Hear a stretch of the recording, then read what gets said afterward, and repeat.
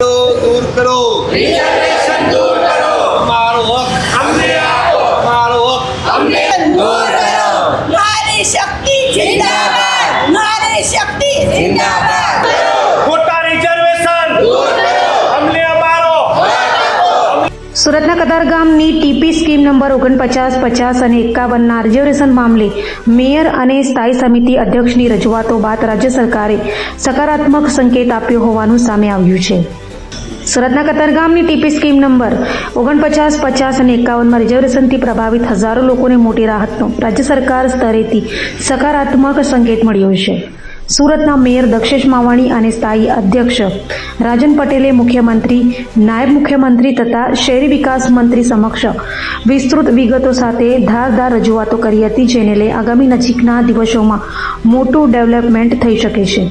Mayor અને સ્થાયી સમિતિના અધ્યક્ષની રજૂઆતમાં ટીપી વિભાગના સ્ટાફને પણ ટેકનિકલ રજૂઆત માટે હાજર રખાયા હતા। ઉલ્લેખનીય છે કે છેલ્લા ઘણા વર્ષોથી પ્રભાવિત લોકોએ ઘણી વખત રજૂઆતો કરી હતી, પરંતુ પાલિકાના પેટનું પાણી હાલ્યું ન હતું। પરંતુ અંતે દિલ્હીથી ફોન આવતા જ પાલિકા તંત્ર દોડતું થયું હતું। ઉમેશ ઝડપિયા, ટીપી 49, 50, 51 પીડિત પરિવાર સમિતિ।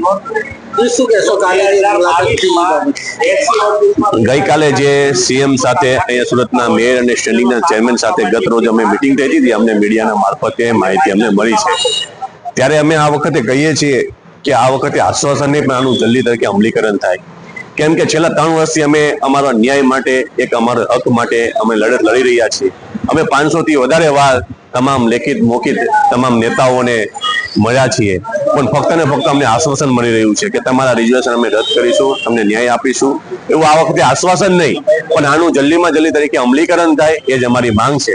અમારી માંગ કેવી છે તો કે ભાઈ 2004માં જ્યારે ટીપી 49, 50, 51ના ડ્રાફ્ટ પ્લાનમાં અમારા સોસાયટીની વાડીઓ, ખુલ્લા પ્લોટ કે રહેણાંક મકાનો કે કેટલાક રસ્તાઓ ઉપર એક તરફી મન ફાવે તે રીતે રિઝર્વેશન મૂકવામાં આવ્યા છે। કોઈ પણ પ્રકારની સહ તપાસ કર્યા વગર આડેધડ મન ફાવે એમ એક તરફી રિઝર્વેશન મૂકવામાં આવ્યા છે। આ તમામ રિઝર્વેશનો રદ થાય, આની અંદર સરકાર કોઈ પણ પ્રકારના ભેદભાવ ન રાખીને સંપૂર્ણ રિઝર્વેશન રદ થાય એ બાબતની અમે સરકારને અપીલ કરીએ છીએ કે આ વખતે આશ્વાસન નહીં, પણ આ વખતે અમલીકરણ થાય જલ્દીમાં જલ્દી તરીકે તકે, એ માટે સરકાર પણ પ્રજાહિતમાં યોગ્ય નિર્ણય લઈને આમ જનતાના આશીર્વાદ સરકાર પણ મેળવે તેવી અમારી અપીલ છે।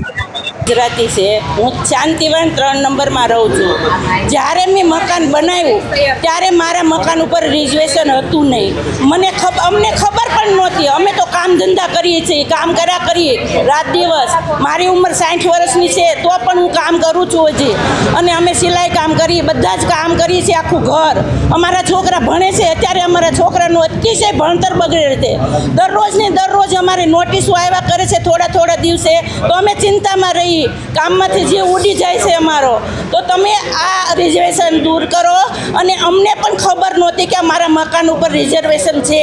અમને બીજાએ કીધું કે તમારા મકાન ઉપર રિઝર્વેશન આવ્યું, તો અમે રાત દિવસ બળતરા કરી છે, ચિંતા કરી, નોટિસો આવે તો અમને આમાંથી બચાવો।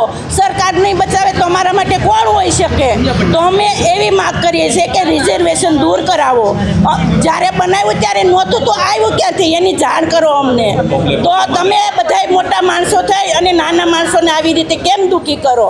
અમે બૈરા અમારા ઘરવાળાને સાથ આપી છે એ કામ માટે, તો અમે એ રીતે પરસેવો પાડીને મકાન બનાવ્યું છે। અમને કોઈ એમ કે તમે આજકીને બનાવ્યું છે તો અમે અમારું મકાન તમને સોંપી દઈએ, બોલો તો કેમ? અમારું મકાન અમારો હક ન લાગે?